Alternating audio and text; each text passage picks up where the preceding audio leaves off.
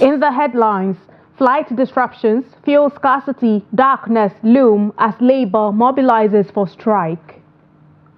President Tinubu vows to crush non-state actors, says Abia incident treasonable. Nigerians lament continuous economic hardship as cost of living increases.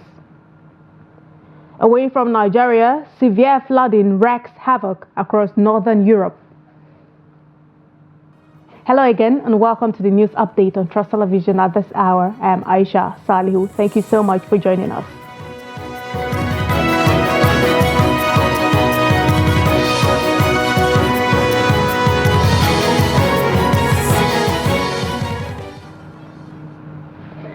We begin with labor matters, where the possibility of disruptions in flight operations as well as fuel and electricity supplies looms large across Nigeria due to the planned nationwide strike organized by Labour.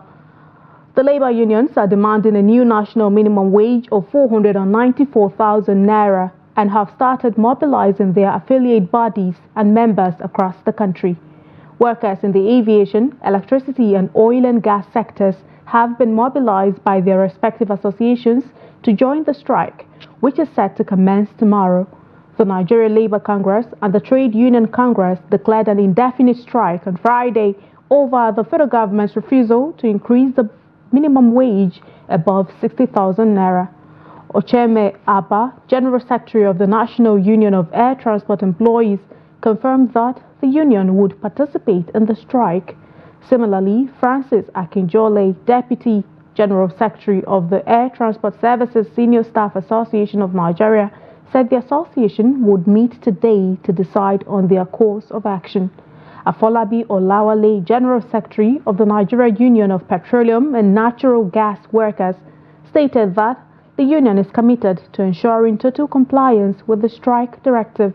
He expressed concern over the federal government's alleged insensitivity to the critical issue of negotiating a new minimum wage for Nigerian workers. The NLC and TUC have begun mobilizing their members across all 36 states for the planned industrial action. Meanwhile, people with disabilities in Kaduna State say the planned nationwide strike declared by the organized labor in response to the failure of the federal government to arrive at a new minimum wage will adversely affect its members. To this end, the group has vowed to challenge the organized labor to refrain from the strike to ensure that their members who go about seeking legitimate means of survival do not suffer. Trustee Yves Bello Musa, who is in Kaduna, has more on this story. We are here reflecting on the happenings in the country and the challenges of people living with the disabilities in Nigeria with a view to addressing them.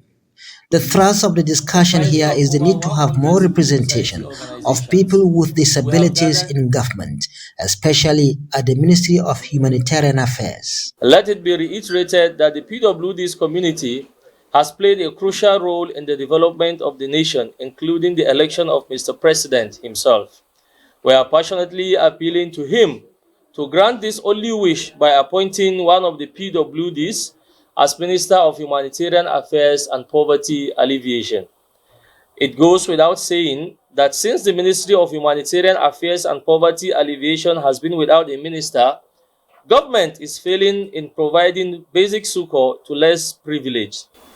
On the strike that will be embarked upon by the NLC, they said they will not support the action of the organized labor as it will make people living with disabilities more vulnerable. Indefinite strike means the electricity is going to be shut down, transportation is going to be shut down, every aspect of life is going to be shut down. We, persons with disabilities, we are the most vulnerable. We are calling the attention of NLC. We are not together with them in calling this strike. In part of the NLC agenda, there is nothing like people with disabilities welfare. NLC have nothing to do with people with disabilities welfare. Our people with disabilities, most of them are not civil servants. They have to go out and source for what they feed themselves daily. If you shut down this country, who is going to provide food for us? Who is going to take care with our responsibilities?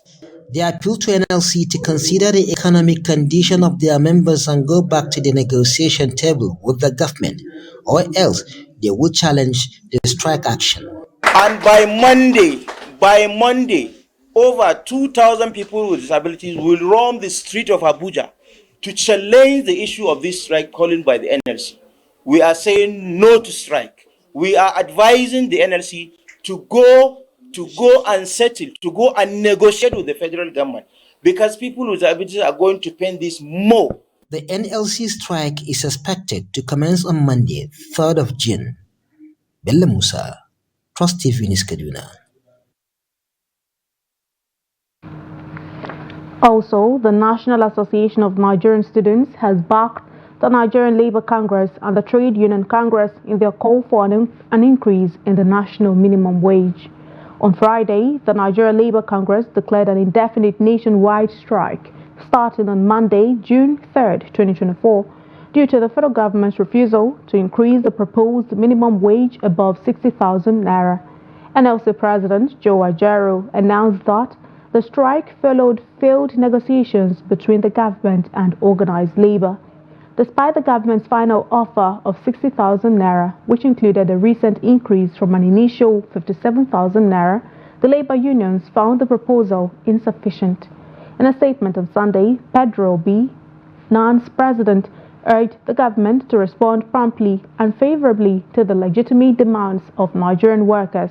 He called on the Nigerian government to engage the labor unions in constructive and meaningful negotiations aimed at reaching a mutually beneficial agreement on the minimum wage. Away from labor matters and now to security. Troops of the 6th Brigade of the Nigerian Army in Jalingo, Taraba State have arrested 8 members of a syndicate for conveying petrol worth 19.3 million naira to Ambazonia rebels in the Republic of Cameroon. Lieutenant Oni Olubodunde, Acting Director of the Public Relations Department of the 6th Brigade, noted in a statement that the suspects were apprehended at the border between Nigeria and Cameroon. According to Lieutenant Olubodunde, the suspects were caught with a large quantity of fuel en route to the border. During the preliminary investigation, the culprits confessed to smuggling and selling fuel to the Cameroonian Ambazonian rebels, who were prohibited from entering Nigeria to purchase the product directly. The suspects revealed that they had previously bought fuel from Gaso and Bali local government areas at the rate of 950 naira per litre.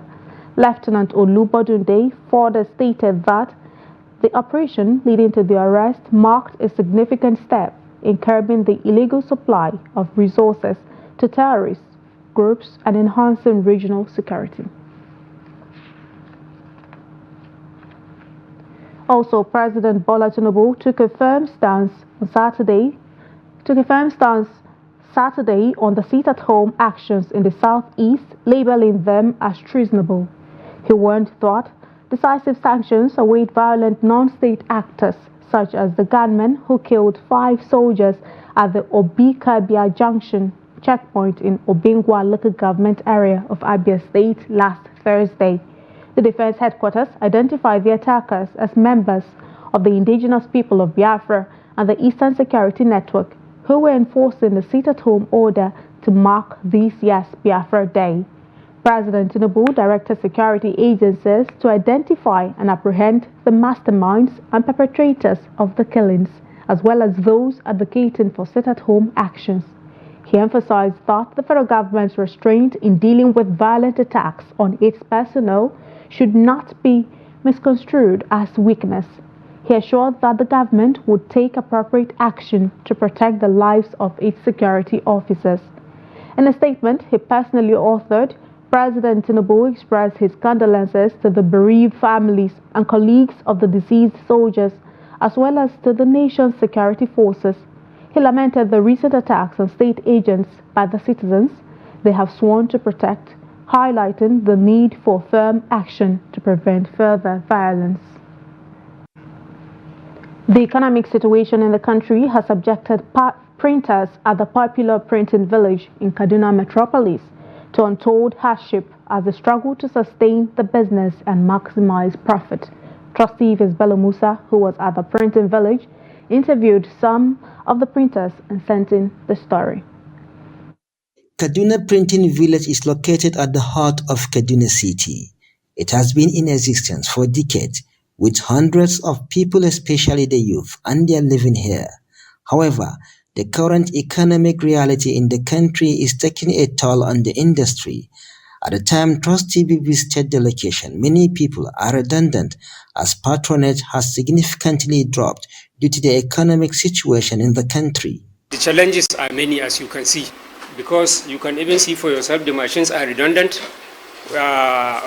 The work we used to have doesn't come like before, ranging from the cost of materials, the cost of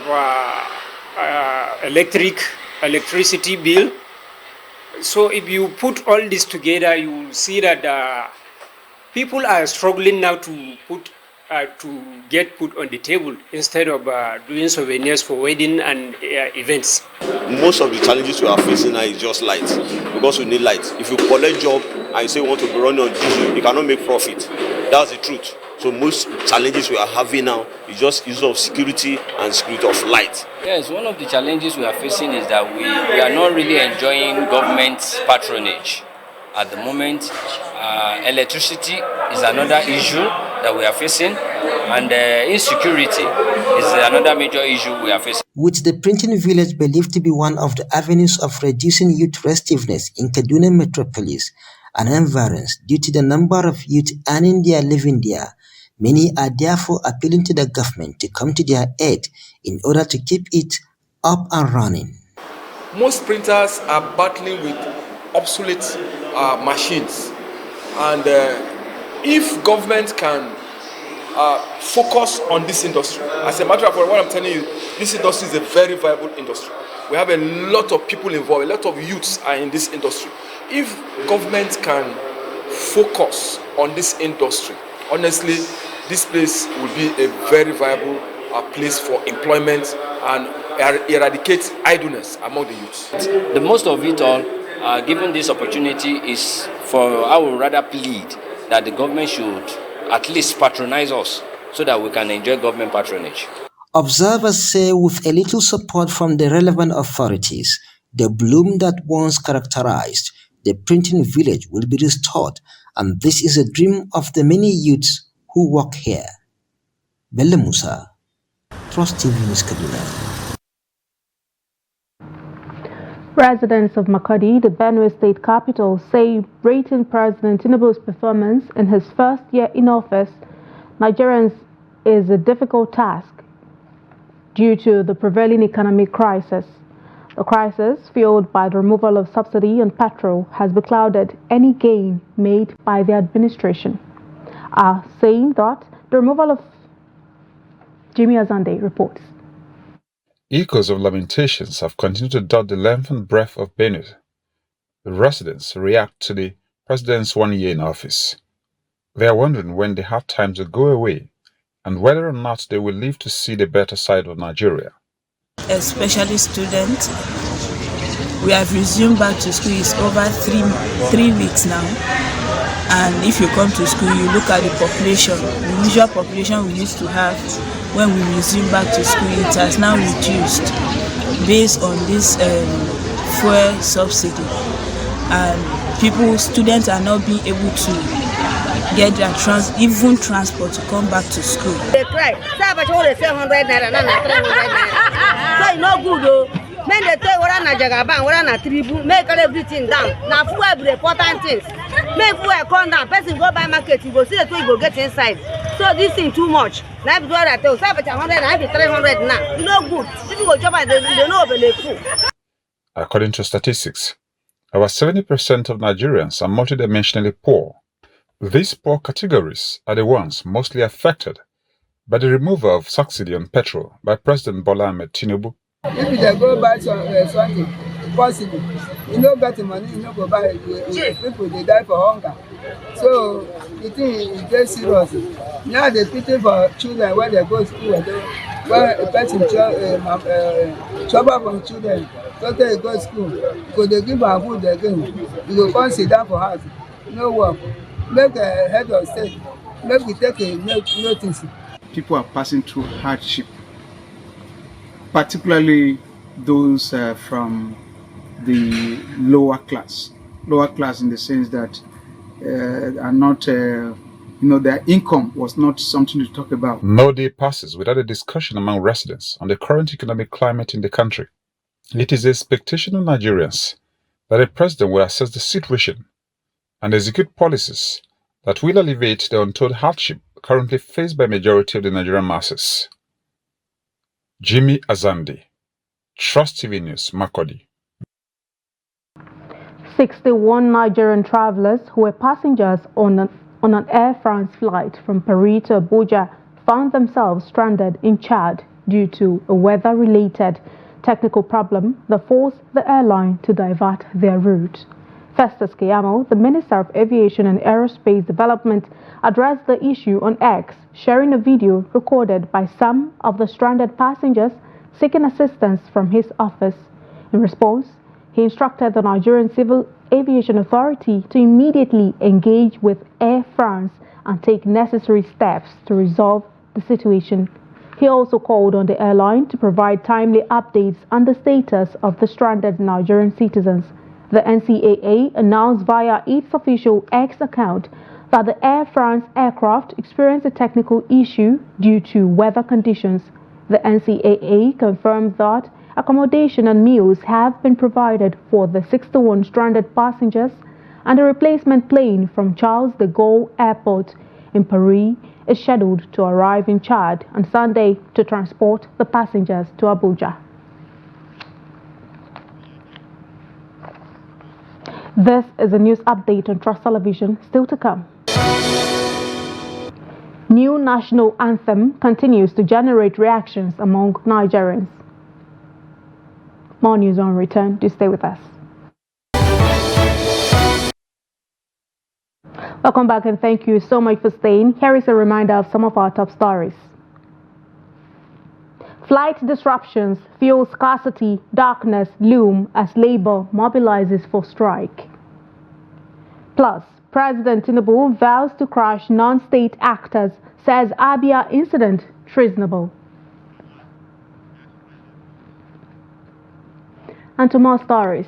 As the nation settles to the reality of the return to the old version of the national anthem, Nigerians in Lagos State have continued to react to the sudden change in the use of the anthem. The anthem, which was first used during the colonial era, titled Nigeria, We Hail Thee. Victoria Chokolo, who spoke to some Lagosians, reports that most Nigerians are yet to find justification for the decision. Nigeria, we hail thee is the first national anthem composed for the country in 1960.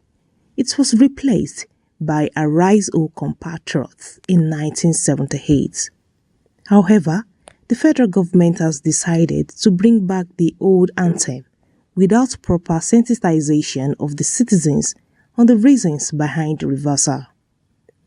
In Lagos, residents say the decision is out of tune with the present economic realities in Nigeria. For me, singing the national anthem, Nigeria Will Hail Thee, is a form of deceit to the people. Because nobody is hailing anybody. Do we really love ourselves as, as a Nigerian? Like I said, there are a lot of things that we need to address. It's not about the national anthem. We, as we are in Nigeria now, we are not hailing anything because there's nothing that we are going to keep as a record for our children. We should forget about bringing about the national anthem and work concerning the current economical situation.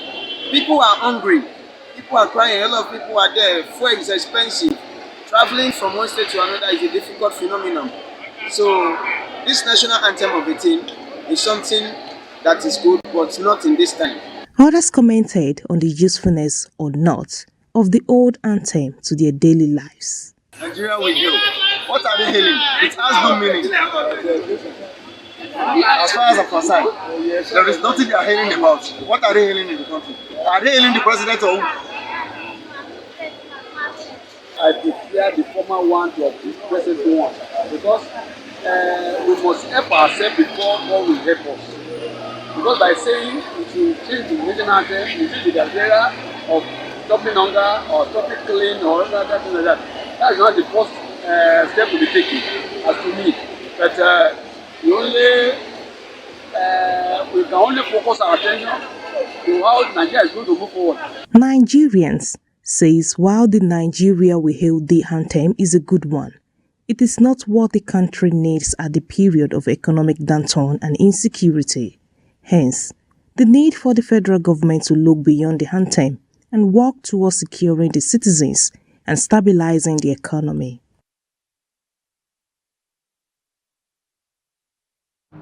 On the foreign scene, severe flooding caused by heavy rainfall has inundated Varenne and Liege in Belgium, as well as parts of France and Germany.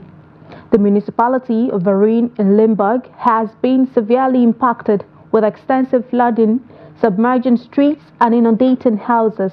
The local disaster plan has been enacted to manage the emergency. This was done in 2021, stated Mayor Joris Gaines, referring to the devastating floods that hit Varenne and the province of Liege 3 years ago. Emergency shelters have been set up for those affected. The flooding began early on Friday evening when persistent rainstorms swept through Varenne. The local fire brigade promptly received numerous reports of flooded basements and streets. Efforts to mitigate the damage included deploying containers filled with sandbags, but the rising waters proved too formidable. Emergency shelters have been arranged at the cultural center in the neighboring Dutch municipality of Eegsten. In Liege, the provincial disaster plan has also been activated due to the high risk of flooding. The Verviers Fire Brigade has been inundated with calls primarily from the Herve Plateau. Numerous streets in Delhem, Liege, Sumain, Trouz, and Bain Hussein are underwater, prompting around 10 municipalities to request additional support. Although the heaviest rainfall has subsided, the Royal Meteorological Institute cautions that thunderstorms and heavy showers can occur with minimal warning.